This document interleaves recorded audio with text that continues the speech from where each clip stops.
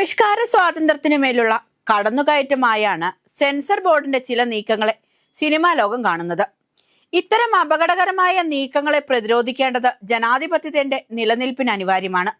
അല്ലാത്തപക്ഷം സിനിമ എന്ന കലയ്ക്കുമേൽ ആണിയടിച്ച് പെട്ടിയിലടിക്കും censor board. കേന്ദ്ര സർക്കാരിന്റെ താല്പര്യങ്ങൾ സംരക്ഷിക്കുന്നവർ നിയന്ത്രിക്കുന്ന സംഘടനയാണ് സെൻസർ ബോർഡ് എന്ന കാര്യത്തിൽ തർക്കമില്ലല്ലോ.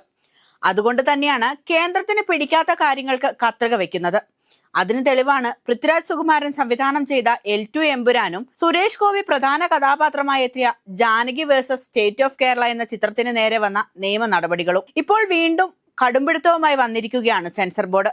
ഷെയ്ൻ നിഗം നായകനായ ഹാൽ എന്ന ചിത്രത്തിനും ഇന്ദ്രൻസും മീനാക്ഷി അനൂപും പ്രധാന വേഷത്തിലെത്തിയ പ്രൈവറ്റ് എന്ന ചിത്രത്തിനുമാണ് സെൻസർ ബോർഡിന്റെ കടുംവെട്ട്.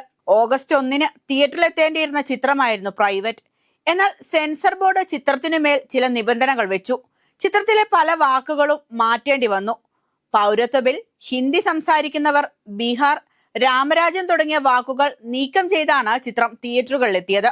എഴുത്തുകാരെ കുറിച്ചുള്ള സംഭാഷണവും എൻഡ് കാർഡിൽ കാണിക്കുന്ന കൊല ചെയ്യപ്പെട്ട എഴുത്തുകാരുടെ ചിത്രങ്ങൾ ഒഴിവാക്കാനും സെൻസർ ബോർഡ് നിർദ്ദേശിച്ചു. സിനിമയെ കലയായി കാണാതെ ഇത്തരത്തിലുള്ള കടന്നുകയറ്റങ്ങൾ നടത്തുന്ന സെൻസർ ബോർഡിന്റെ സമീപനത്തിനെതിരെ പ്രതിരോധിക്കേണ്ടത് കാലത്തിന്റെ അനിവാര്യതയാണ്.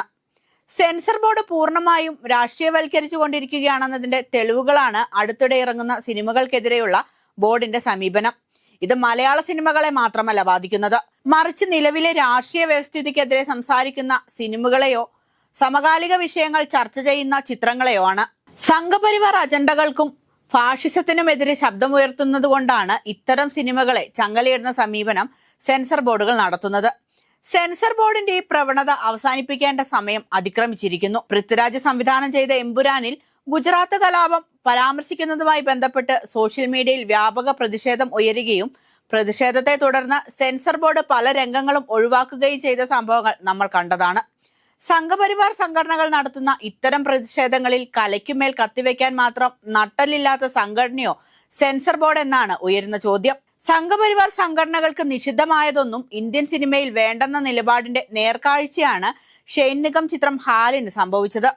ഇന്ത്യയിൽ ബീഫ് നിരോധനം നടപ്പിലാക്കണമെന്ന അജണ്ട RSS BJP നയമാണ്. പല സംസ്ഥാനങ്ങളിലും നിലവിൽ ഈ അവസ്ഥ ഉണ്ട് താനും. എന്നാൽ കേരളത്തിൽ മാത്രം BJP വെച്ച വെള്ളം വാങ്ങി വെക്കേണ്ടി വന്നു. എന്നാൽ സിനിമയിലെങ്കിലും ബീഫ് നിരോധനം നടപ്പിലാക്കണമെന്ന BJPയുടെ തീരുമാനമാണ് സെൻസർ ബോർഡ് നടപ്പാക്കുന്നത്. ഹാൽ എന്ന ചിത്രത്തിൽ ബീഫ് ബിരിയാണി കഴിക്കുന്ന രംഗങ്ങൾ നീക്കം ചെയ്യണമെന്ന വിചിത്രമായ വാദമാണ് ബോർഡ് മുന്നോട്ട് വെച്ചിരിക്കുന്നത്.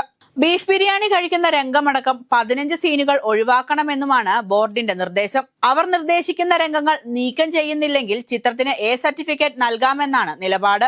ധ്വജപ്രണാമം, സംഘം കാവലുണ്ട് തുടങ്ങിയ വാക്കുകൾ നീക്കം ചെയ്യണമെന്നും നായിക പർദ്ദ ധരിച്ച് ഡാൻസ് ചെയ്യുന്ന രംഗം മുറിച്ചു കളയണമെന്നും നിർദ്ദേശത്തിലുണ്ടായിരുന്നു. അതേസമയം സെൻസർ ബോർഡിന്റെ ഈ നടപടി സമൂഹ മാധ്യമങ്ങളിൽ വ്യാപകമായ പ്രതിഷേധങ്ങൾക്ക് കാരണമായി. ബീഫ് നിരോധന സെൻസറിംഗ് വിവാദത്തിനും കത്തിവെക്കാതെ ഹാൽ സിനിമ കാണണമെന്ന ക്യാമ്പയിനുകളും സോഷ്യൽ മീഡിയയിൽ സജീവമായി. മാത്രമല്ല ചിത്രത്തിന്റെ നിർമ്മാതാക്കൾ സെൻസർ ബോർഡിന്റെ നടപടിക്കെതിരെ ഹൈക്കോടതിയെ സമീപിക്കുകയും ചെയ്തിരിക്കുകയാണ്. സിനിമ എന്ന കലയെ രാഷ്ട്രീയമായി മുതലെടുക്കാനും അവരുടെ താല്പര്യങ്ങൾ അടിച്ചമർത്താനും ശ്രമിക്കുന്നത് കലയെ കൊല്ലുന്നതിന് തുല്യമാണ്. ഇതിനെതിരെ പ്രതിഷേധങ്ങൾ ആളിക്കത്തേണ്ടതുണ്ട്. സെൻസർ ബോർഡിന്റെ തീരുമാനങ്ങളെ തിരുത്തും വരെ പ്രതിരോധിക്കാൻ സിനിമാ പ്രവർത്തകർ മാത്രമല്ല സിനിമയെ സ്നേഹിക്കുന്നവരും രംഗത്തിറങ്ങേണ്ടിയിരിക്കുന്നു. കേരള സ്റ്റോറി പോലുള്ള വ്യാജ നിർമ്മിതികൾക്ക് സെൻസർ ബോർഡിന്റെ പിന്തുണ ആവോളമുണ്ട് താനും. MTയുടെ നിർമാല്യം ഈ കാലത്തായിരുന്നെങ്കിൽ എന്തായിരിക്കും പുകില്. റീ റിലീസിലും തകർത്താടുന്ന രാവണപ്രഭു 2001 ഇറങ്ങിയത് നന്നായി. ഇപ്പോഴായിരുന്നെങ്കിൽ കഥ മാറിയേനെ. ആവിഷ്കാര സ്വാതന്ത്ര്യം സെലക്റ്റീവ് ആകുന്ന കാലത്താണ് കലകൾക്ക് കത്രിക പൂട്ട് വീഴുന്നത്.